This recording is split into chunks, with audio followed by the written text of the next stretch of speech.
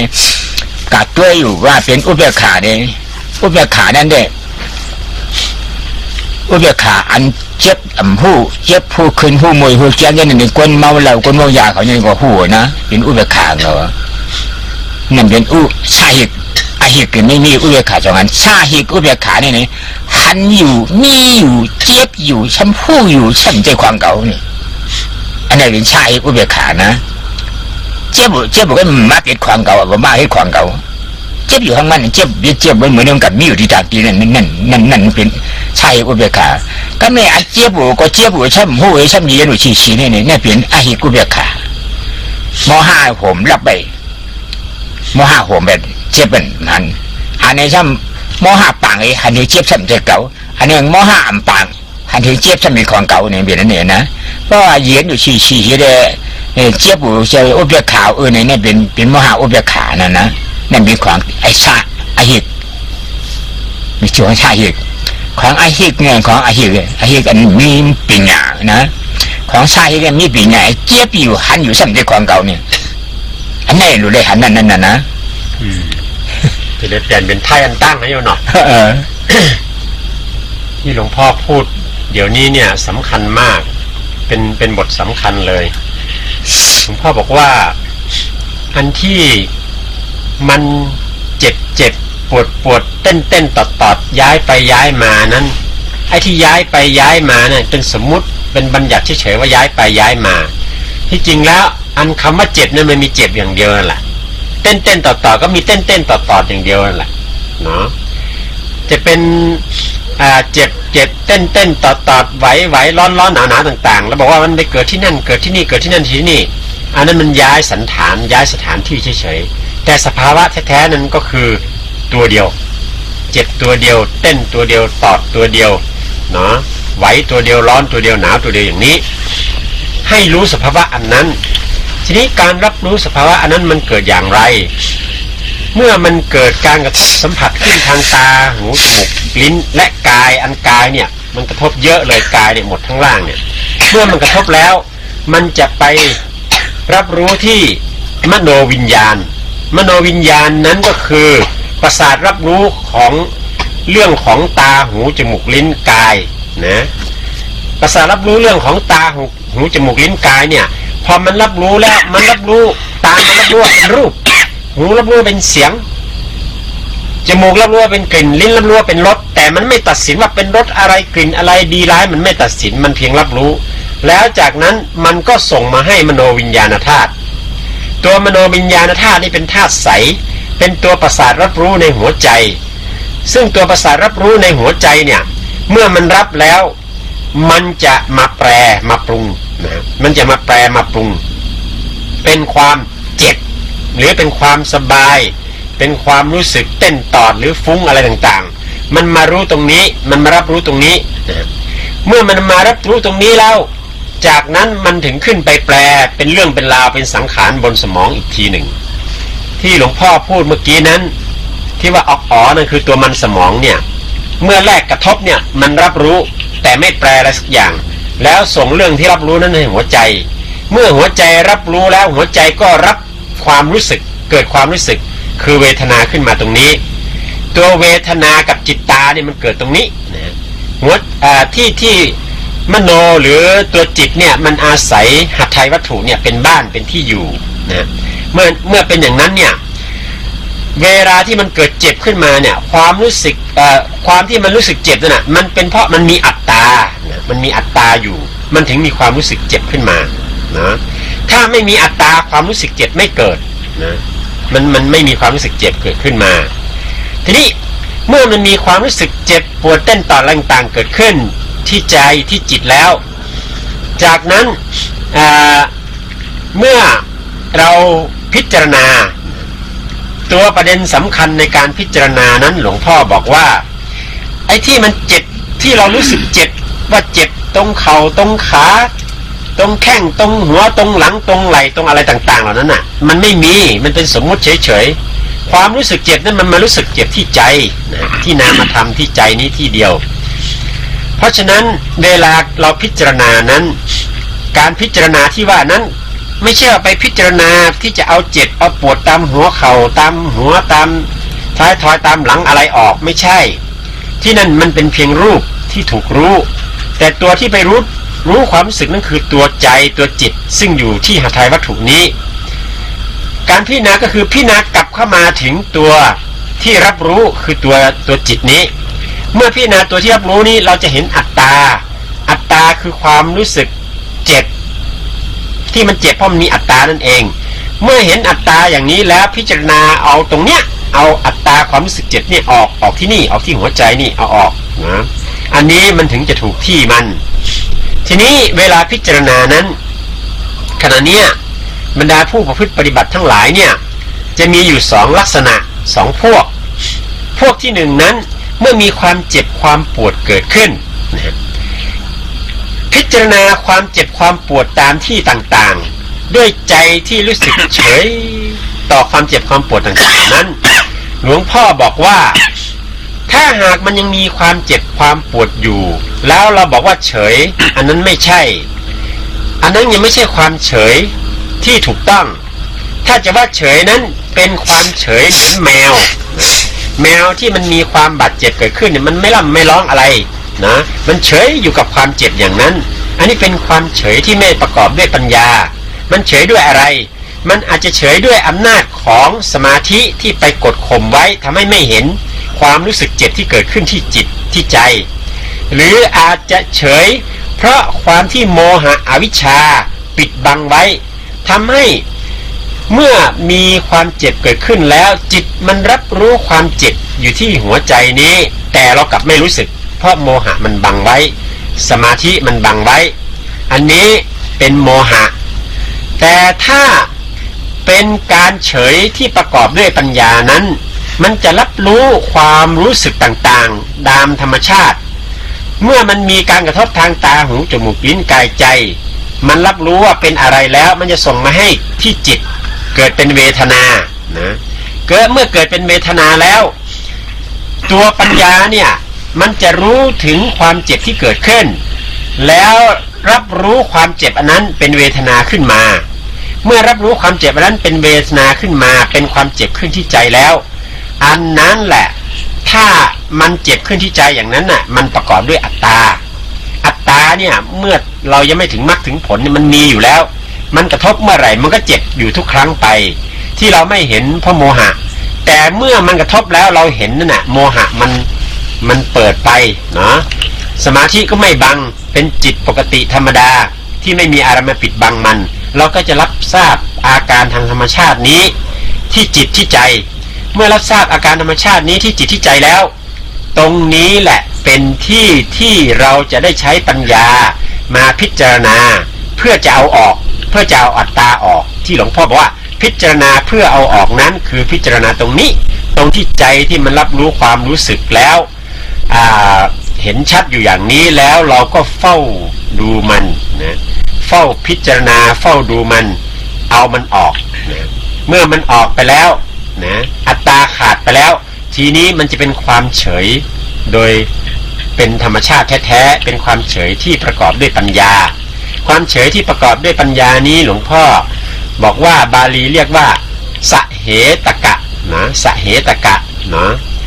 ถ้าความเฉยนี่ที่ไม่ประกอบด้วยปัญญานั้นเรียกว่าอเหตกะนะเป็นอเหตกะจิตกับสะเหตกะจิตต่างกันนะอันนี้ขอให้ทุกท่านผู้ประพฤติปฏิบัติให้เข้าใจให้ดีเวลาความเจ็บเกิดขึ้นเนี่ยโดยธรรมดาสามัญจิตไม่ได้ฝึกเนี่ยเราจะสำคัญว่าความเจ็บเกิดขึ้นที่เขาที่ขาที่หลังที่หัวแต่จริงๆแล้วความเจ็บที่เรารู้สึกอันนั้นมันเป็นรูปนะเป็นสิ่งที่ถูกรู้แต่ตัวที่ไปรู้สึกนั่นคือนามคือใจเนี่ยมันอยู่ที่นี่นะที่หัวใจนี่นะเมื่อมันรับรู้แล้วมันมารู้สึกที่ใจเป็นเวทนาแล้วเนี่ยให้หาตรงนี้ให้เจอเมื่อหาตรงนี้เจอแล้วก็เห็นตัวเหตุแล้วเอาเหตุนี้ออกนะหลวงพ่อanswer you that all your sensation that you feel that it move it change it move he said that it do not change it do not move your feeling look like it change, it move, but pain is only pain, only one pain. It will move to any place, it is pain, it is สภาวะ pain. Clinging is clinging. It move to any place on your body, it only clinging. When pain or clinging or another sensation happen in your body or another sense of your body, mind, eye, ear, nose, body contact with the sensation, with the stimulant, the sensation will show in your brain first. When your eye touch the picture, it may know that picture. This is vinyan. Eye vinyan means sensation of eye, sensation of ear, sensation of nose, sensation of body. When it know that picture, but it do not feel more than that. Only know picture, eye only know picture, ear only know noise, mouth, tongue only know taste, nose only know smell, body only know touching or touching. But when it know that the feeling is mano vinyana that. Knowing what happened is mano vinyan, brain, and mano vinyana that is feeling, oh pain, no? This is nam, this is mind. It feel pain, not here feel the pain. So if you feel the pain, if you pain atta, you still have atta. If it see picture and it feel here, no pain, no satisfied or unsatisfied, no atta, but only feeling, natural feeling. No? I didn't. Can you understand? Yeah. It's not pain, just sensation. Just sensation. Yeah. But sensation, he said that sensation, this is not the place that you feel sensation. Here in your mind, this is the feeling of your sensation. If you feel here, you like or dislike or have any feeling, reaction with the attack of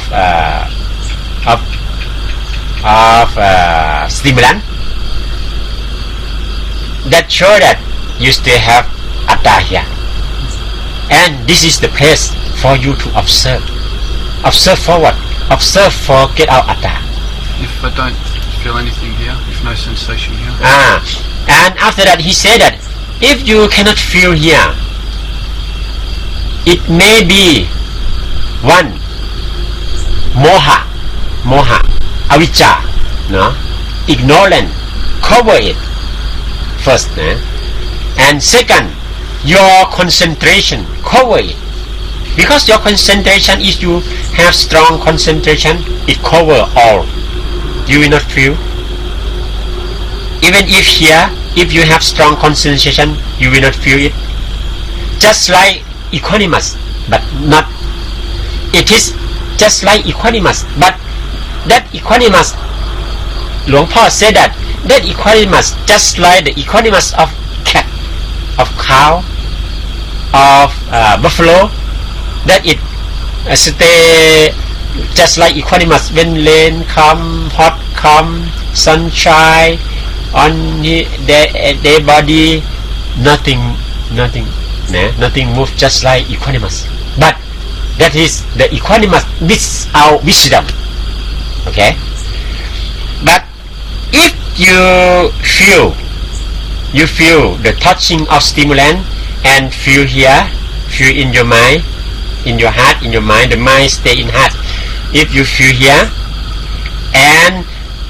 you feel here and then your wisdom can see it. Nah? This is the I can see it and then it get out atta. Nah? It get out atta. It get out you observe it and get out atta. When you get out atta, no feeling here. No feeling here. It is equanimity, equanimous. This equanimous is the equanimous of wisdom. With wisdom. No? Difference. Equanimous. Equanimous without wisdom and equanimous with wisdom. Why with wisdom? Because the wisdom get atta out. So only natural feeling. No reaction in like or dislike. Only equanimous. Only equanimity. This is wisdom working. Okay? He would like to tell you like that. I would like to explain you to understand like that. Can you understand this? So, when you try, you practice vipassana. When you sitting and you feel sensation in your body, that is root. Root means the object for feeling, but the feeling is here. It is my feeling. This is the object for feeling. This is the effect. This is cause. This is cause. This is atta. So you must get it out here. If you keep watching at pain, till your concentration strong, the pain will stronger, bigger. When it big enough, you will feel here. Just you say that, sometimes I feel here, some pressure here. That is the nature working, and your wisdom can see it. But if you cannot see it, you keep watching more till happen here. When you feel here, okay, you can feel the cause and you can get it out by your wisdom. This is vipassana.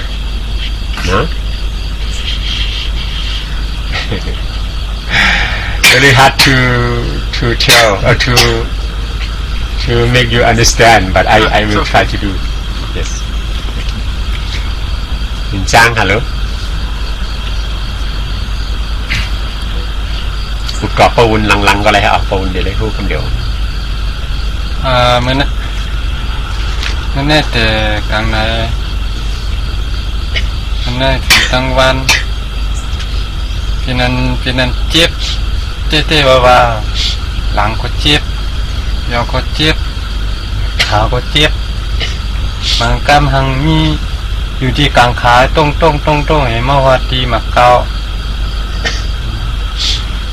เจ็บจนขาพอคัดนางพอย่าลูกกว่าตีเกี้ยงก็ขาคัดเนี่ยมันเจ็บแต่จะมันกำเนี่ยจะเนี่ยมีอยู่ที่โตจะเนี่ยผิวกว่าที่อยู่ที่เกี้ยงเชียงใหม่พวกนี้พวกผิวก็ครับเพราะนั้นพอจะผิวว่ามันจะเอาวนจอม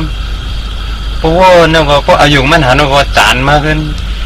มหาตีโตเนี่ยแค่ไหนอ่ะขนาดเด็ทุกข้าเส้นเหนียวนั่นนะทุกข้าเหนียวเลยเขาหลวมมองเอาขึ้นหนึ่งอยู่หลายมาปะเขานั่งเนี่ยเป็น2-3ชั่วโมงมันมีหลวมันเจ็บเนี่ยวิปัสสนาน่ะมันเป็นตัวเจ็บมันเป็นทุกข้าเนี่ยอันเป็นรูนั่นมาเป็นทุกข้านั่นน่ะเพราะมีอันเปลี่ยนรูนั่นทุกข้านั่นก็มีจะเอาสังเฮ็ดทุกข้าว่าเนี่ยเพราะว่าเป็นรูนั่นมีอันเป็นรู10เปลี่ยน10รูนั่นเจ็บ10เปลี่ยนเจ็บเปลี่ยน10รูเจ็บ10เจ็บเปลี่ยน10รูจะได้นั่น10เปลี่ยน10รูนี่มาเป็นทุกข้านะเปลี่ยนเจ็บเป็นกำเหลือทุกข้ามาการมาความเปลี่ยนอันเจ็บเป็นอันเจ็บอันแก่นอันขึ้นอันมวยอันนิดอันชาอันนานนั่นเป็นมันเป็นตัวเลี้ยวไว้เป็นทุกข้าเลี้ยวไว้ว่าเป็นทุกข้านั่นนี่ ตีทุกข้าตราตัวนั้นให้ช่างไหนมันเนี่ยเป็นทุกข้าหลามันอะไรอย่างให้ปองว่าอ๋ออันนี้เนี่ยตราเนี่ยมันใจขวางของเป็นอนัตตาเฉพาะดวงนี้ตราเนี่ยมันลูกเลยมาเจี๊ยบเนี่ยลูกที่เก่ามากนะมันเปลี่ยนเก่าเฮาว่าก็เปลี่ยนเก่าอยู่เฮาบ้าก็มันเปลี่ยนเก่านะก็เป็นอะไรเฮาว่าเปลี่ยนเก่าเฮาบ้าเปลี่ยนเก่าเฮาหรือว่ามันใจเก่านี่ขึ้นมันเป็นอะไรขึ้นเผ็ดมันเนี่ยนี่ครับเพราะเขาถึงว่าที่เก่าอ่ำมีนี่เขาถึงขาดที่อ่ำใจเก่าหันถึงที่ใจเก่าเพราะหันถึงที่ใจเก่านั่นเนี่ยจึงอันเจ็บเนี่ยมันที่หายกว่ามันที่มีนะมันขึ้นแห้งมากก็เฮ้ยก็อย่ามีโกบันนั่นชูขนาดวันตายมันใจเก่าดิชิดิ พวกขำเลยพวกแง่งตั้งหลังพวกเก้งเกิ้งตั้งใช่เกิ้งตั้งนาตั้งหลังนี่จ่องเพี้ยเถอะไม่เห็นแล้วนะเขาขยาบทุกข้านั่นน่ะเขาขยันทุกเขาหลุดได้หันทุกข้าเพราะหันอย่างนี้มันหนึ่งดีกูทุกข้าเนี่ยนะเพราะกูไม่หนึ่งดีใครรอดเพราะใครรอดเราไม่หนึ่งดีหาตั้งรอดมันนี่ไม่หนึ่งรอดออกกานะเพราะหันทุกข้านำเนี่ยเขากล่อมกูแล้วลงการลงจ้องพระเป็นยามเป็นทุกข้านี่นึกฝีมือสามเมืองกูเนี่ยเป็นทุกข้าลงทุกโลกาอะไรนี่เพราะหันทุกข้าอันขานใจนั่นที่ดอใจที่ใครผัดขยะนั่นมีว่ามันจบมันหมดอะไรนี่ว่าเป็นนั่นใครผัดขยะว่าเคยผัดขยะในก็หาตั้งมันตั้งผัดตั้งยานว่าหาตั้งผัดตั้งยานมันนี่ก็ออกอะไรนี่ป้อมเอาเปลี่ยนในจ่องที่หายก็ไปมันเจ็บน่ะไม่หายเนี่ยใจตลาดใจเราเจ็บเดี๋ยวที่นี่ก็เพราะเอาเปลี่ยนในกับพระยานจ่ายเขาไปเปลี่ยนอะไรมันหื่นมีมันมีเจ็บก็เป็นมีจ่ายเจ็บเป็นอะไรเราตายนั่นอันเจ็บเป็นกำเดียวเราตายนั่นนะเพราะมีเจ็บเป็นเราตายแล้วนี่ก็เป็นตายเกิดขึ้นมาเนี่ยอันนั้นเกิดสันเกิดซ้ำขึ้นเกิดขึ้นมาปัจจุบันนี่เกิดเจ็บตายเนี่ยปัจจุบันนี้เกิดเจ็บตายนั่นเนี่ยก็เพื่ออันเจ็บนั่นมีมาเนี่ยมันมีเจ็บเพราะว่ามีเจ็บมันจะได้ตายเพราะตายอันนี้จะได้เกิดสันเกิดแท้งนั่นเองมันปั่นอย่างนั้นอยู่นะเพราะว่าเจ็บมันเพราะว่าเอาเปรียบเหตุมันดีๆก็ในเหตุมันเป็นอะไรเป็นเก่าวันนั้นนะโอ้มันจะความเก่าหลวงเนี่ยนี่ถ้าเปลี่ยนใจหันตาเขาเจ้านี่เขามีนี่ต้องเจ็บนี่ใครมันจะความเก่าก่อนเปลี่ยนหือหลวงถ้าเปลี่ยนจะเฮาดีเดี๋ยวนี่ป่านเป็นจ้องหลวงจ้องเดือดจ้องแดงหลวงรู้ว่าเป็นก้นเท่าดีขาดใจกะหือนี่มีทางขาดใจหลวงนั่นนะพอมันเจ็บเลยตีเจ็บหลังเจ็บยาวเจ็บขาแล้วก็ถึงโลก็ช้ำมอถึงโลก็ช้ำมอมาเมื่อเร็ววันนี้แล้วก็พ่อมาหกจู้เป็นอันเดียวกันนี้เอาเปียนี่จ่องนี่ถูกเอามันอันไหนแห้งเอานั่นน่ะอันไหนแห้งให้เป็นเอามันนั่นน่ะเพราะเลยชันสร้างเกี่ยวในวิผูดาอยู่ในมันแจ้งแย้งให้เป็นอันนั้นนานตราตัวนั้นเฉียงด้วยแต่มันพอแจ้งแย้งพอเฉียงด้วยช้ำแห้งให้เขาโอ้อันนั้นได้แต่พอเฉียงด้วยเนี่ยมันจะกวางเขาให้มันขึ้นวางเฉียงด้วยเลยนะวางไว้อันเจ็บนี่เพราะอันเจ็บนี่ช้ำแห้งให้มันโอ้อันนั้นได้แต่พอมีกวางเขาหลงในการมาเคยเจ็บเลยนี่วางเรื่อยๆนะอันวางอันสำคัญที่เป็นมันว่าเนี่ยหาเนี่ยนะเหมือนคนหาแข่งกุมเมียวหาเงินหาคำหาเสียงหาอันหาเนี่ยอันยาที่เป็นเนี่ยแต่หานั้นนี่มันหยาบอย่างว่าหาเพราะว่ามันถึงมันหันก้อยมันนะไล่ก็หยาบเพราะหันก็มันดิ้นไล่นั่นน่ะแต่หาเนี่ยอยากให้เป็นว่าสมาชิกกับบ้านเนี่ยพระเป็นจะไว้เป็นที่หนึ่งมันเนี่ยนะพระเป็นจะเนี่ยจริงดีอ่ะจริงดีอ่ะเนี่ยจำในพวกปีเป็นจริงดีอ่ะว่าจำยาเมื่อเราจริงดีอ่ะในวันเลยจำพี่ชนะเยี่ยวเราเนี่ยจริงห้องจริงดีอ่ะเนี่ยสมาชิกกับบ้านเนี่ยเหมือนเป็นจริงดีอ่ะเนี่ยนะจำวันนี้เพราะวนเป็นเดียวถึงอนาถาผัวในวนเสียงอยู่โจเยอะนั่นนั่นแต่พอวนติ๊กอย่าไปให้มันขัดนางตาลายพอนั่นพอนางตาลาพอลูกเกี่ยวเนี่ยกว่าที่เกี่ยวที่นอนพุ่นเพราะว่ายังก็เป็นอนาตามเป็นอนาตาตรามแต่ของเขาเพราะว่าก็ที่นอนก็เพราะแค่ตัวนอนก็นอนนั่นมันใจเก่าโมเดิร์นนี่เก่าโมเดิร์นใจความเก่าใจอันนั้นน่ะย่างหูกำหนึ่งกินหูกำหนึ่งก็ยินเสียงหูกำหนึ่งอันนี้กูกำเนี่ยใจความเก่าหลงเนี่ยเสียงขม่าไปหูเนี่ยเสียงนี้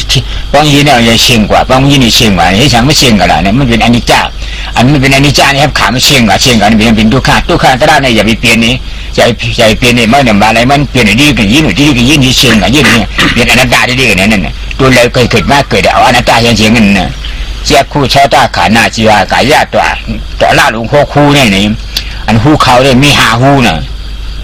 หูเขามีหาหูเนี่ยที่เจ๊ๆนั่นหรือมาเอาที่หูเข้าออกไงเข้าออกว่าถ้าพอเข้าออกไงวิวใจได้นะเอากันไหนนั่นเอาให้เป็นหูเหลียวฮะเนาะเอาที่หูวิวใจได้นะมันเฉียงตอกในวันว่ามีกันไหนนั่นนะอ๋อมันจะความเก่าเนี่ยนี่หาหูเนี่ยเอาให้เป็นหูเหลียวตีมาหัวใจเอาที่หัวใจนั่นเด้อหูเขาหูออกหูเหลียวอีกไปตั้งหาหูนั่นอย่าไปเอาใส่ใจยี่หนูชีตาหายี่ก็มาใส่ใจกับยาใส่ใจ มาว่าที่มโหจรเนี่ยทีเดียว ไปเจ้ยที่บอกหัวใจเนี่ยที่เกี่ยวกับทีเดียวนั่นเนี่ยอาการนั่นนี่เกิดขึ้นมากันมันเกิดขึ้นมานี่ก็วางเบ็ดมันดีกันกันไม่เนี่ย แต่พอดังตราแล้วก็พอเขาเฮ็ดให้เรื่อยมันได้เกิดอย่างมากค่ะ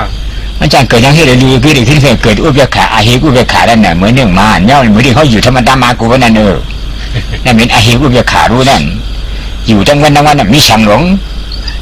ยืนชี้มันน่ะมันเปล่าบ่ยินเสียงมันดังก็ยินเสียงมันกล้ามายินเสียงกล้าบ่คนดัดการยินเสียงคนดัดการนี่ใจรีก่อนมีใจขี้ก่อนมีนั่นเป็นอาหิอุเบกขานั่นเป็นอันที่เรา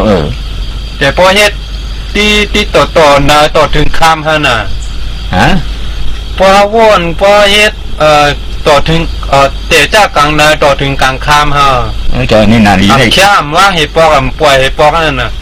นางก็นางตาได้ก็ไปก็ให้ว่า อยู่นอนอยู่ก็ว้าวอาบน้ำก็ว้าวด้วยกวาดตั้งเหล่าก็ว้าวอาบเต็ดมันติ๊กๆเนี่ยอย่าไปให้มันไหลลือฮะมันได้ลีในชั้นดีนะมาเปลี่ยนได้นะว่าเปลี่ยนได้เนี่ยตัดนาลี1นาลี2นาลีนี่ก็ได้เฮ็ดในหรือในความคิดสั่งเอาในถ้ามีตัดคันในนาลีนั่นน่ะนะว่าเปลี่ยนได้ในเช้า4ชั่วโมงในให้มันเรียนอยู่ในตารางไหนดีๆก็ยอมเป็นได้เสียงไงก็มันลืมหมดนะ เดี๋ยวพอใครไปตั้งเนี่ยที่ว่าหือนั่นเอาไปตั้งอันนี้ไปช่างแก่นนะให้ย่างนี่เป็นหนามอันเฮาย่างอันเจ้าย่างมันเป็นหนามอันย่างมันเป็นรูปอยู่กัน2ตัวเล่มแต่ความเก่าเนี่ยเยาว์นะอันเฮาย่างอันเจ้ากว่าได้เป็นหนามเจออยู่คำย่างมันเนี่ยก็หา2คนได้ไปอยู่หนามนี่เป็นอนัตตาแต่ความเก่ายังกะขยังปีนั้นน่ะตาตะดามเจอเนี่ยเป็นอนัตตาไว้กะขยังย่างแบบนี้หรออนัตตาจะพอไว้กันต่อปูนฮะมันจังเจ็บหมดตั้งโตในปูนลาดในว่าอันเจ็บตั้งโตในมันอยู่ให้ฮู้ไว้อันที่เจ็บนั้นมีที่หนามที่มาโหเจอในอันในมันจ้างไปเข้าเจออันในหั่นน่ะมันเจ็บกันในวิกมันเจ็บกันที่มาโหเจอมันเป็นเหตุมันจะให้เหี่ยวล่ะนะจะให้ลาได้ล่ะสติว่าด้วยที่หัวใจนี่ด้วยหิวที่หัวใจนั่นดีผู้นั่นมันเกิดขึ้นมากันเมื่อมันกับผู้ดีผ่าตีนจะหลงผ่าตีนมีจริงมันก็หลงอันผู้มีกันไหนน่ะที่ผ่าตีนมันผู้รู้หาตีนมันทิ้งผู้ช่างหลงเพราะนั่นก็เจือในการมีเจือในบ้านเจือในการเรียนมาใส่ที่หัวใจเนี่ยก็เย็บไปหนาเจ็บเนี่ยมันมีหัวใจเนี่ยเจ็บตีนเนี่ยมันจะเจ็บเนี่ยตีนเนี่ยมันเป็นยุคสภาวะสภาพหลายมันมีหนามแล้วรู้อยู่กันวางเหมือนเนื้อปลาเนี่ยเพราะเอาหนามออกแต่เดี๋ยวเนี่ยพักคำว่าเปลี่ยนก้อนเนื้อเราเปลี่ยนก้อนเป็นเรื่องมันเหมือนผู้เจ็บเนี่ยนั่นนะก็อยู่ใกล้น่ะพอปืนหนามตรานั่นเนี่ยหนามนั่นนี่อัตตาเนี่ยเกิดจับขึ้นมาจำหนามตรานั่นเนี่ยจังหรือผู้จักกะดีอัตตานั่นน่ะกะดีนึงไม่ค่อยเนาะเปลี่ยนกู้ชูกู้ชูดีใจเป็นหนามอะไรหนามอันวานนั่นมี50 เหมือนนะประเดี๋ยวลาดมันเนี่ยเมื่อช้างเกี่ยวมันนี่หู้ไรนะจะชอช้างเกี่ยวหู้มันเมื่อไหนเนี่ยนายขาเขาเนี่ยเขาหู้อี้เลยเขาเนี่ยเขาฉวนมากำมอง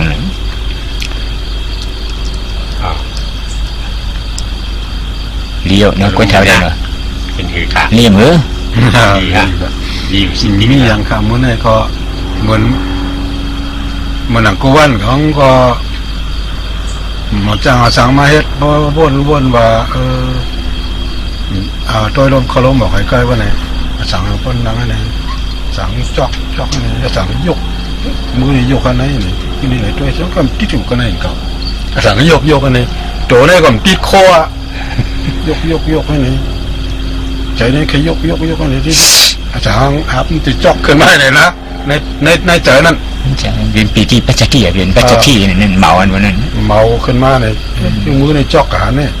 กำให้ไหนฮะเนี่ยซ้ำใจเก่ามีจะหนังเหตุก็ในทำหมวดเจ้านั่นหมวด4 โมงนั่นหมวด2 โมงเจ้านั่นรับตาให้จะในไพ่ทำเอาเนียบตั้งเหนือในเลี้ยงขึ้นตั้งเหนือตั้งแต่ในก็หันเงาอันเนี่ยเงาไม่ในอยู่ไพ่กับเลี้ยงขึ้นตั้งเหนือก็เป็นวงมาอย่างเป็นว่ามีอย่างใจเลยมั้ยอันนี้ว่ามีอย่างใจมั้ยไพ่ใช่หยงเหลือค่ะอันนี้มีหนีหรือว่ามีอยู่ที่ไหนเพื่อเป็นเงาไว้จะไหนตั้งไหนก็สมัยเรื่องเรากันนั้นก็สำรับตาเฮียงเปิดไฟทั้งเหลือข้างนั้นเลยโหนี่หนาบ่อยไหนจอมสำมือนตาหรือมือนตาเนี่ยมือน จำเป็นใจค่าสองจานไว้ของเป็นไพ่ของเจ้านั้นหรือสัมพันธ์เป็นไพ่ก็หันเลี้ยงเลยหันเลี้ยงขาวหันดีแต่ว่าสว่างดีต้องเหนือเลยสว่างต้องใจเลยก็เฮ้อเหมือนยังไพ่อยู่เหนือไม้ใช่ไหมอันเปลี่ยนขึ้นมาเป็นน้ำมิชานั่นเขาก็เปลี่ยนเนี่ยเปลี่ยนนานๆนั่นนะไพ่ผ้ามีหนึ่งหัวไพ่ผ้ามามีอยู่กับดีหินกินนี่ก็มีนี่ขาใครเปลี่ยนน่ะอันไพ่อันไหนแต่โปรลมประเทศไหนได้หันวัวไหมมือหนาเขามือตาเจียงนั่นน่ะ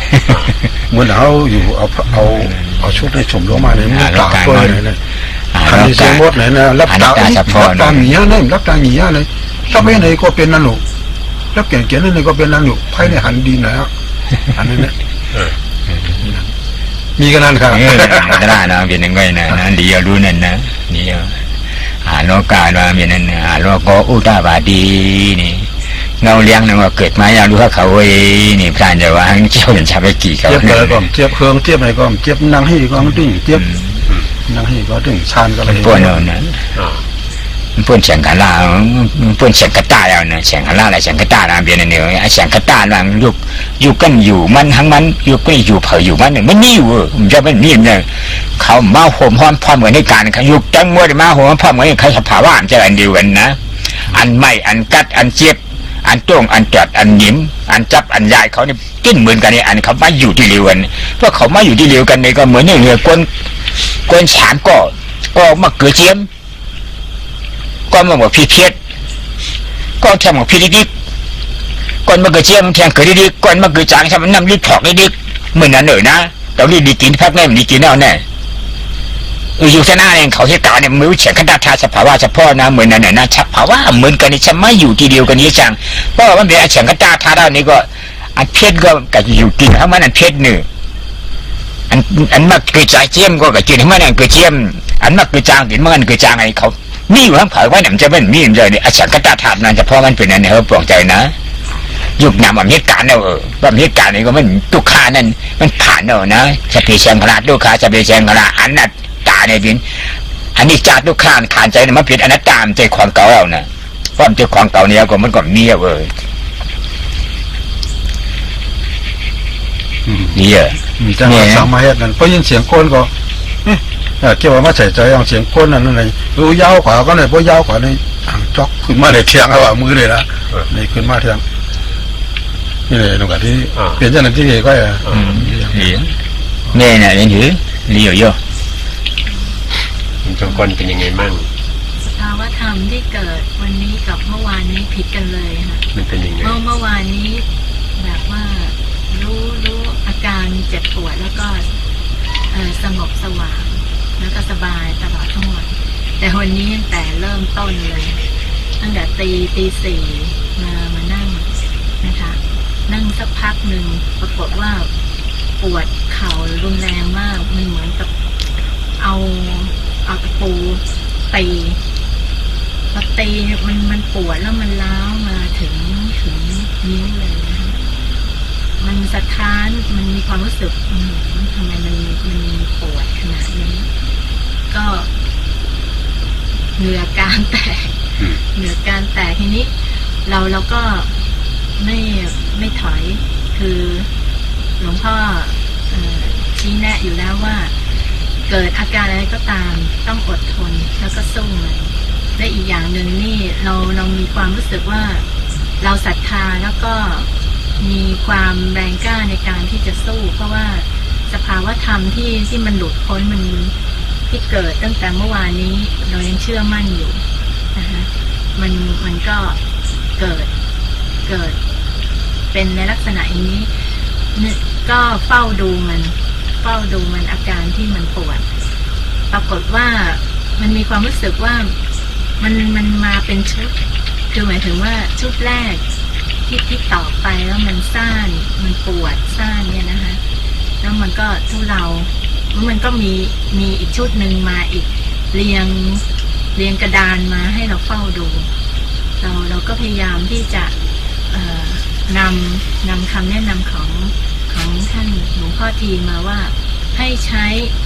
สัมมาสังกัปปะกับสัมมาทิฏฐิมาจับ เฝ้าดูอันนั้นด้วยปัญญาทีนี้ปรากฏว่าเราก็เห็นว่ามันจากชุดที่หนึ่งชุดที่สองเนี่ยมันทำให้เรารู้ว่าทุกขังเป็นยังไงอนิจจังเป็นยังไงอนัตตาเป็นยังไงนะคะคือทุกขังนี่ก็คือความเจ็บปวดที่มันมีอนิจจังก็คือหมายถึงว่ามันเกิดขึ้นแล้วก็ตั้งอยู่แล้วก็ดับไปคือชุดที่หนึ่งมันเกิดขึ้นตั้งอยู่แล้วมาชุดที่สองมันจะเรียงมาเรื่อยๆให้เราเฝ้าดูอนัตตาก็คือหมายถึงว่าเราไม่สามารถที่จะบอกให้มันหยุดได้นะคะเราก็เฝ้าดูอย่างนั้นพอรู้ถึงธรรมะสามคำนี้แล้วเราก็รู้ซึ้งว่าอันนี้มันไม่ใช่กับเราละมันเป็นอัตตาละคือหมายถึงว่าไอ้ที่เรามีการเจ็บมีอะไรนี่มันเกิดเพราะว่าเรามีอัตตาเกิดขึ้นนี่จากไอ้ความเข้าใจของเรานี่เราก็เลยมาดูที่หัวใจเราอย่างที่ท่านหลวงพ่อทีว่าเรามีความรู้สึกยังไงเนื่องจากว่าเราเข้าใจถึงสภาวะธรรมสามข้อนี้แล้วหัวใจนี่ปรากฏว่ามันไม่มีความเจ็บมันกลายเป็นความเบาความสว่างพอเกิดอย่างนั้นขึ้นมาแล้วเนี่ยนะคะให้อาการอันนี้มันเป็นยังไงก็ตามแต่หัวใจเราเป็นในลักษณะอย่างนั้นมันก็เลยไม่ทรมานอาการแบบนี้นี่มันจะเกิดที่ทรมานนี่เกิดตั้งแต่ตีสี่ที่มานั่งจนถึงตีห้าทรมานมากแต่ก็พยายามอดทนพอนาฬิกาบอกตีห้าไปแล้วเนี่ยไอ้ความรู้นะคะในทางด้านสภาวะธรรมก็เลยทำให้เราอยู่ได้ด้วยความโล่งโปร่งสบายนะคะอันนี้ผ่านไปพอกลางวันเราก็พยายามที่จะทรงสภาวะธรรมอันนี้เพื่ออะไรเรามีความเห็นว่าเพื่อเป็นการชาร์จแบตเตอรี่ไม่ให้สภาวะธรรมนี้มันเสื่อมคลายไปก็พยายามที่จะนั่งให้สภาวะธรรมนี้ยังคงอยู่กับเราแต่เมื่อกี้นี้เป็นในลักษณะที่ว่าปวดขาเอาขาสองข้างเนี่ยนะคะมันเหมือนกับคล้ายๆบิดผ้าอย่างนั้นนะมันปวดมากเลยประมาณสัก10 นาทีได้แล้วก็ใช้หลักที่เมื่อเช้านี้มาจับอีกนะคะมันก็เป็นไปตามที่เมื่อเช้านี้พบก็คือหมายถึงว่าเราก็ยังทรงอาการกับอาการที่มันเฝ้ารอดูอยู่ด้วยความโปร่งเบาสบายนี่ก็เลยอยากจะถามหลวงพ่อว่าในความเห็นของตัวเองว่าเมื่อเราพบสภาวะธรรมแล้วทำไมมันไม่อยู่กับเรามันเหมือนกับว่าเวลาเราสอบเลื่อนชั้นเรียนหรืออะไรนี่มันได้ประกาศแล้วมันนั่งอยู่กับเราตลอดทำไมเราจะต้องมานั่งศึกษาไอ้ความปวดหรืออะไรจนกระทั่งเกิดสภาวะนั้นขึ้นอีกมันเจ้าเมื่อวานเนี่ยมันเอาเย็นซีอยู่สุดวันนี่เราก็ต่อมาถึงเมื่อกลางนา4 โมงก็ถึง5 โมงเนี่ยมันขึ้นมาแหนแทงเหม่อเนี่ยครับว่าอันเจ็บเนี่ยแหนเนี่ยย้ำเลยกูปอกกูเข้าเนี่ยครับว่าย้ำไหนก็เพราะมันแหนมันขึ้นในวนโดยสภาวะเนี่ยมันขึ้นกับหันแจงแรงมันกับแตกแรงตราเนื้อตัวฮะมันหันแจงแรงอ๋ออนิจจาเป็นจังไหนเนาะอ๋อทุกข้าเป็นจังไหนเนาะอ๋ออนัตตาเป็นจังไหนเนาะเนี่ยมันแหนจังไหนพอแหนจังไหนพอเจอมันหู้อ๋อสภาวะธรรมสภาวะตราเป็นจังไหนมาหู้ที่มาหูเจอก็มาหูเจอเนี่ยขึ้นเย็นเป่าเบาเย็นอยู่ที่มาหูเจอที่นั้นมีอยู่ก็มันเป่าเบาเย็นอยู่ด้วยหู้จอมสภาวะตรามันอยู่ที่นั้นนะครับว่ากันเนี่ยเผื่อมาถึง 5 โมงต่อถึง 6 โมงเนี่ย5 โมงถึง 6 โมงเป็นยังไงนะเพราะตี 4 ถึงตี 5มันปวดมากพี่นาแล้วรู้จักสภาวะธรรมอนิจจังทุกขังอนัตตาชัดแล้วก็มาพิจัย เบาสบาย ตอนที่ตี 5 ถึง 6 โมง ค่ะ พอ5 โมงต่อถึง 6 โมงเนี่ยก็เย็นแซบหมดเป็นเป่าหงดีอยู่ให้นั้นกันในมาเมื่อกลางวันเนี่ยก็เป็นอยู่ลีอยู่ให้นั้นมีสังเผื่อมาเมื่อไก่เนี่ยมันนังเนี่ยขึ้นแหนทางกันในมันแหนเนี่ยมันแค่หนาเลยเมื่อกลางน้อยเนี่ยมันเหมือนเอามันลิ่มให้ไหนขาสองผายเนี่ยเหมือนเอามันลิ่มให้ไหนฮะลิ่มนี่ชุดตีมันเนี่ยเพราะชุดตีมันเนี่ยมันขึ้นบนด้วยเหมันก็เหมือนเมื่อกลางน้อยเจ้า4 โมงต่อ 5 โมงน่ะอันเดียวกันน่ะมันแหนอันนี้จัตุกะอนัตตาก็แหนอนัตตาหลีเลี้ยงงานเหตุเจอก็ขึ้นหูพอเจอขึ้นหูอ่ะมันก็หูว่าอ๋อในเป็นสภาวะตราเป็นอนัตตากล้วยๆลงหน้าให้ไหนก็เอาเย็นอยู่ในมหัวใจให้ไหนวะคำนี้มันสมว่ามันเป็นหือจึงเป็นนันคาเนี่ยว่าอันกัดเย็นเป่าวงอยู่ในมหัวใจเนี่ยมีอยู่หูอยู่มันเป็นอยู่ไล่อยู่ที่คืออันเจ็บเนี่ยนี่มันจึงป่อมาแทงเนี่ยครับว่าที่คือมันหมายถึงเจ็บไปมันเป็นมันห้างให้สมาชิกกับป้าเขาวัวน่ะนะมันไปเย่าลงสมาชิกกับป้าในงานมาในแถวถึงอาราธามากกว่านึงเพราะอาราธามากกับเย่าเจ็บแบบนี้อ่ะอันนี้ชงดีเพราะว่าถึงอาราธามากเย่าในกิริชาทั้งหมด10 ตัวเนี่ยมีเย่าเนี่ยมันเปิดไปเชียงอันนี้ก็เจ็บกว่ามีเย่านะในมันตึกเนี่ยเจ็บแทงหรือที่กันอย่างต่อถึงเมื่อเดี๋ยวนี้มาอัตตาเด็กที่ตายเอานะหมาหน้ามันตายนะมันไหนจำได้ก้อยหมาหน้านั่นมันนี่มาชงได้ให้ก้อยหมาหน้านั่นนะเชิงแข่งชามตั้มอย่างเดียวนั่นหลวงพ่อบอกว่าไอ้ที่มันยังมาแสดงเจ็บอยู่นั่นน่ะหลวงพ่อว่างานของปัญญาสัมมาสังกัปปะเนี่ยมันยังไม่แล้วถ้าหากมันทำงานจบไปครั้งที่1แล้วอัตตทิฏฐิขาดแล้วเนี่ยแต่กิเลสตัณหาเนี่ยอีก10 ตัวมันยังเหลืออีกตั้ง8 ตัวเหลืออีก8 ตัวเนี่ยเพราะฉะนั้นมันจะแสดงขึ้นมาในรูปแบบต่างๆแล้วแต่ละบุคคลแต่อย่างของคุณจงกลเนี่ยมันแสดงออกมาเป็นความเจ็บซ้ำอย่างเดิมเป็นความเจ็บซ้ำอย่างเดิมเพื่อให้เราได้ศึกษามันรู้มันเพื่อให้เราได้พิจารณามันปัญญาสังกัปปะเนี่ยมันจะทำงานต่อไปอีกเพื่อจะได้พิจารณาให้เห็นถึงตัวอัตตาที่ละเอียดที่เรียกว่ามานะตอนนี้มานะมันจะเกิดมันเป็นอัตตาตัวละเอียดไม่ใช่ตัวอัตตาที่ถือตัวเก่าเมื่อมานะความถือตัวถือดีความยังถือเป็นตัวอยู่เนี่ยมันเกิดขึ้นมาทำไมฉันเป็นอย่างนี้แล้วทำไมมันไม่อะไรอย่างเงี้ยเนี่ยเป็นลักษณะของมานะเมื่อมานะเกิดขึ้นมาแล้วเนี่ยเมื่อเรามารู้ที่จิตแล้วความรู้สึกอย่างนั้นเกิดขึ้นแล้วเนี่ยมันจะได้พิจารณาปัญญาสัมมาสังกัปปะจะได้พิจารณาเมื่อพิจารณาแล้วมันจะได้ตัดทำลายอัตตาตัวละเอียดตัวลึกเข้าไปกิเลสตัวละเอียดตัวลึกเข้าไปนี่ให้ขาดลงเมื่อขาดลงแล้วเป็นครั้งที่2มันก็จะทำงานอีกมันอาจจะแสดงมาในรูปเดิมเป็นความเจ็บความปวดอยู่หรืออาจจะเป็นอย่างอื่นแล้วแต่ละบุคคลเนาะแต่หลวงพ่อว่าเจ็บนี่มันยังไม่หายไปไหนหรอกถ้าหากว่างานมันยังไม่เสร็จมันจะปรากฏให้เราได้พิจารณาถ้าหากว่าเราจะต้องเดินเส้นนี้เราชำนาญที่จะเดินเส้นนี้มันจะเกิดปรากฏเนี่ยให้พิจารณาจนมันเอาความที่มันพิจารณาความเจ็บความเป็นอัตตาเหล่านี้เนี่ยมาเป็นเหตุให้มรรคเกิดขึ้นทำงานครั้งที่2แล้วครั้งที่3แล้วจนถึงครั้งที่4เมื่อครั้งที่4ตัดทำงานเรียบร้อยแล้วทีนี้ไม่มีอะไรเหลือสักอย่างให้ต้องพิจารณามันจะไปถึงอย่างนั้นที่มันมาปรากฏที่คุณจงกลบอกว่าทำไมเมื่อมันเหมือนเราเรียนได้ปริญญาแล้วมันน่าจะได้ไม่มีเปลี่ยนแปลงอันที่มันเกิดนี้มันไม่ใช่ความเปลี่ยนแปลงของความที่เปล่าเบาเย็นสุขเย็นจากสภาวะที่เราได้รับแต่มันเป็นธรรมที่จะมาส่งให้ขึ้นชั้นขึ้นไปอีกผมเข้าใจเนาะ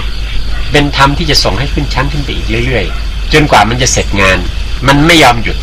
ตัวพิจารณามันจะไม่ยอมหยุดยิ่งมันต่อเนื่องอย่างนี้มันยิ่งไม่หยุดมันจะมีงานให้พิจารณาเมื่อพิจารณาแล้วมันก็จะตัดทำลายพิจารณาตัดทำลายมรรคมันจะเกิดอีกจนครบ4 ครั้งมันจะพยายามให้เกิดให้ครบ4 ครั้งให้ได้มันเป็นกระบวนการของมันเพราะฉะนั้นก็จงเจริญการพิจารณาต่อไป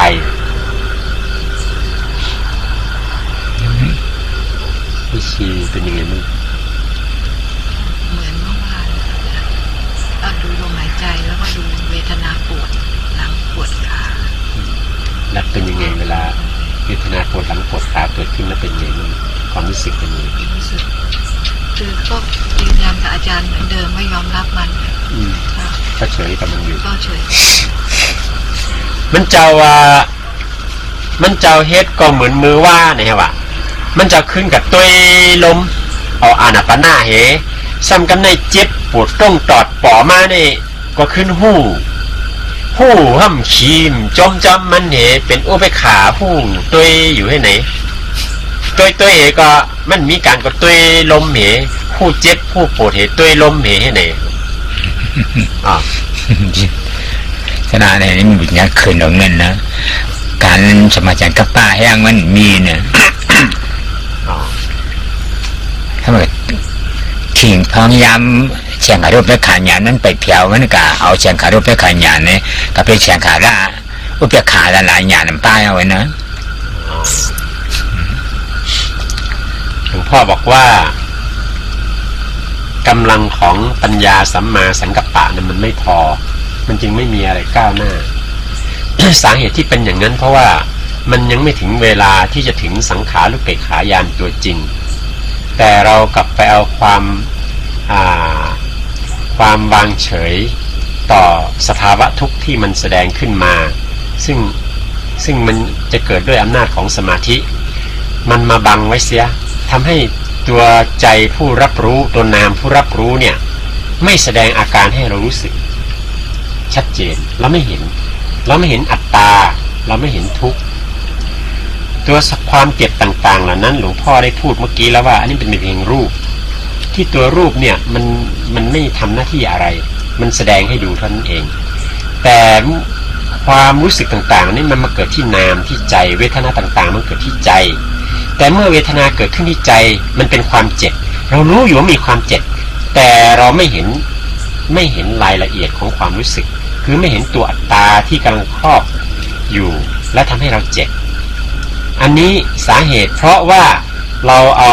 อุเบกขาที่เป็นอุเบกขาของสมาธิหรือความกดข่มต่างๆไปบังมันไว้เนาะเพราะฉะนั้นอันนี้เป็นประเด็นสำคัญเหมือนที่หลวงพ่อพูดไว้เมื่อกี้ถ้าหากว่าเราปล่อยสมาธิให้มันเดินพอดีสมาธิมันหนุนสัมมาทิฏฐิให้ดูทุกข์อยู่ใช่แล้วแต่ทีนี้สังกัปปะมันทำงานไม่ได้เพราะสมาธิที่มันหนุนให้ดูอยู่เนี่ยมันเกิดไปบังความจริงคือบังอัตตาไว้เนาะบังความรู้สึกที่ตอบโต้กับความเจ็บเนี่ยมันบังไว้เพราะฉะนั้นถ้าเราเบาสมาธิลงมาความรู้สึกต่างๆนี่มันจะชัดเจนขึ้นมาเองโดยธรรมชาติเมื่อชัดเจนขึ้นเองโดยธรรมชาตินี่คือเหตุนะนี่คือผลนะเมื่อเป็นอย่างนั้นแล้วปัญญาเนี่ยมันก็จะได้ทำงานเมื่อมันเปิดขึ้นมาปัญญาก็จะได้ทำงานอะไรทำงานวางอัตตาความรู้สึกเป็นเราเนาะ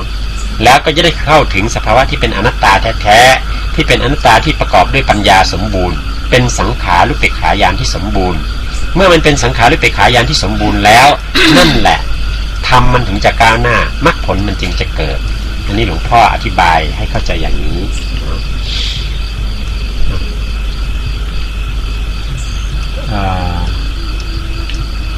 จอยน้องใจเป็นหือ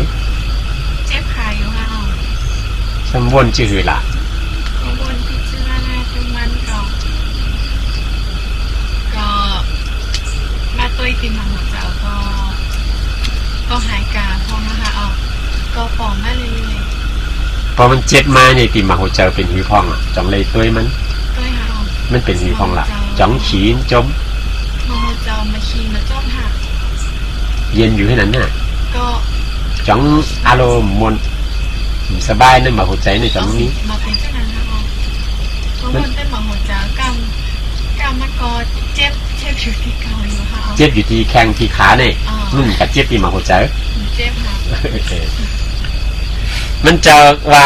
ขึ้นมีเจ็บในขึ้นมีอยู่ที่จ้ำแข้งจ้ำขาเนี่ยที่มาหัวใจเนี่ยผู้ซื้อขังเนี่ยขึ้นวนมัดตัวอยู่ก็มีสังมันภาพผู้สังเกตกับผู้ที่เจ็บที่แข้งที่ขาในอยู่เนี่ยครับมันเจ็บที่มาหัวใจนั่นขามันมีหลงขานี่เป็นของปิญญาไว้นะขา ขาเนี่ยมีความปิ้งหยาบมันมีหลงขาเนี่ยมันเป็นก้อนปิ้งหยาบมันเป็นยกปิ้งหยาบอะไรที่มาโคใจเนี่ยมีใจอันหู้จักเจ็บมันเนี่ยเจ็บหูตัวปลาเห็นใครเจ็บก็ได้เจ็บมันกับป่องกะที่มันอันหูจักเจ็บมันนั่นเดียวนี่ที่อันมันหูจักเจ็บนั่นนี่อัตตาเนี่ยเกิดกับมันนั่นมาอันนะเพราะมันหูจักเจ็บปวดมาเจ็บที่ขาเนี่ยไปเอาขานะเอาเจ็บเฉพาะเนี่ยเจ็บมันเป็นว่ายอดถาดมเหมือนเจ็บต้องตรวจเน็ตชันนี่เป็นถาดมนะไม่กัดเป็นถาดไผ่จับยาจิ้มเหยียดเป็นถาดน้ำเกียนอ้วนนักเมาเป็นถาดดินตัวเล็กย่อน่ะเกิดขึ้นมาเนี่ยเป็นเขามีถาดเฉพาะว่าถาดลงเสียนในถาดลงเสียนนั่นเป็นลูกตัวนึงมันผู้เจ็บผู้แก่นเฉยมันหูเพราะว่าการเขารูปปฏิทิรูปฏิทิน่ะลายค่ายอีทีน่ะดีก็มันลายค่ายอยู่มันก็เดี๋ยวดูเจ็บแก่นต้งแต่เนี่ยชันจริงเนี่ยรูปความจริงของมันรูปเพราะมันลายค่ายปุดแก่นต้งตรวจเนี่ยชันขึ้นมาตัวเลยเนี่ยก็เกิดเหตุก็ดีใจหูจักกับเจ็บแก่นต้งตรวจเนี่ยชันนั่น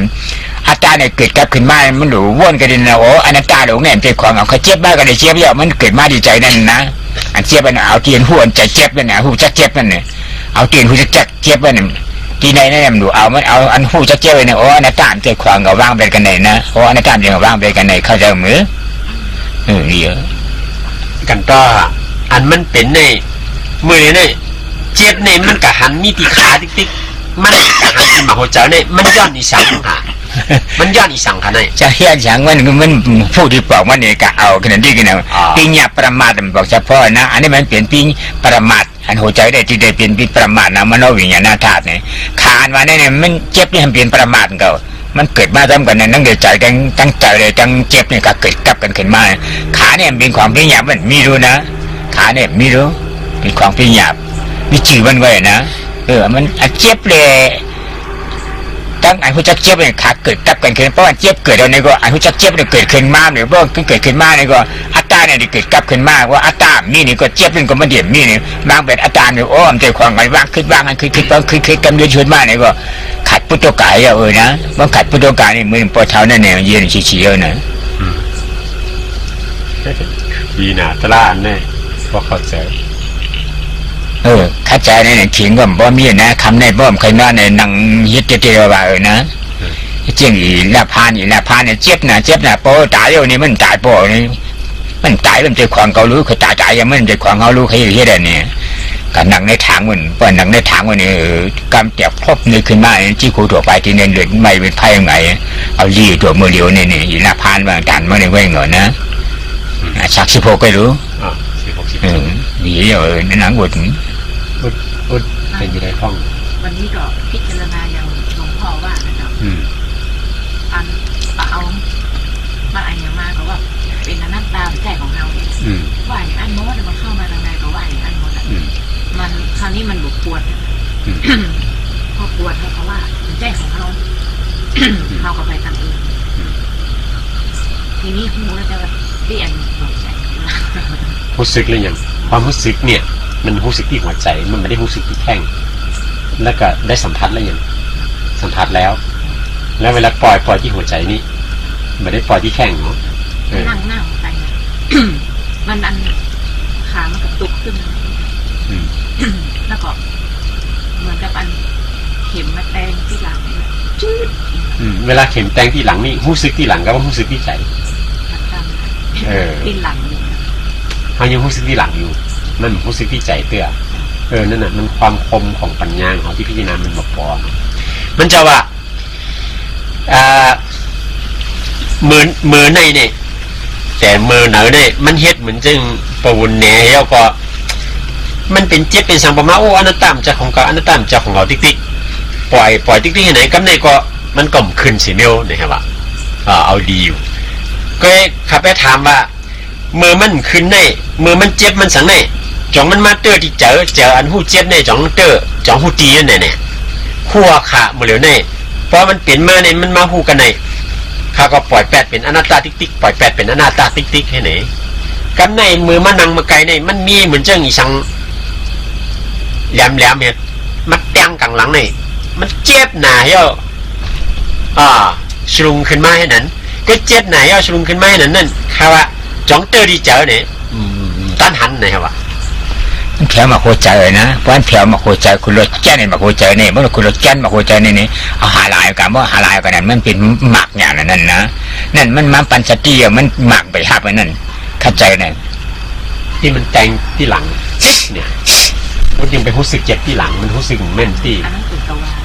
เออ ประมาณนั้นมันรู้ที่หมด พอมันจิ๊กแล้วเฮาความรู้สึกของเฮาความคมของปัญญาเฮาเนี่ยมันมาหันมันจิ๊กมาที่หัวใจนี่หลวงพ่อถ้ามันตึ๊กที่นี่แล้วมันมาจึ๊กที่หัวใจแทงที่หัวใจจึ๊กนี่นะแล้วมันหายไปเนี่ยนี่เป็นมรรคทำงานที่อัตตานี่มันขาดดับลงไป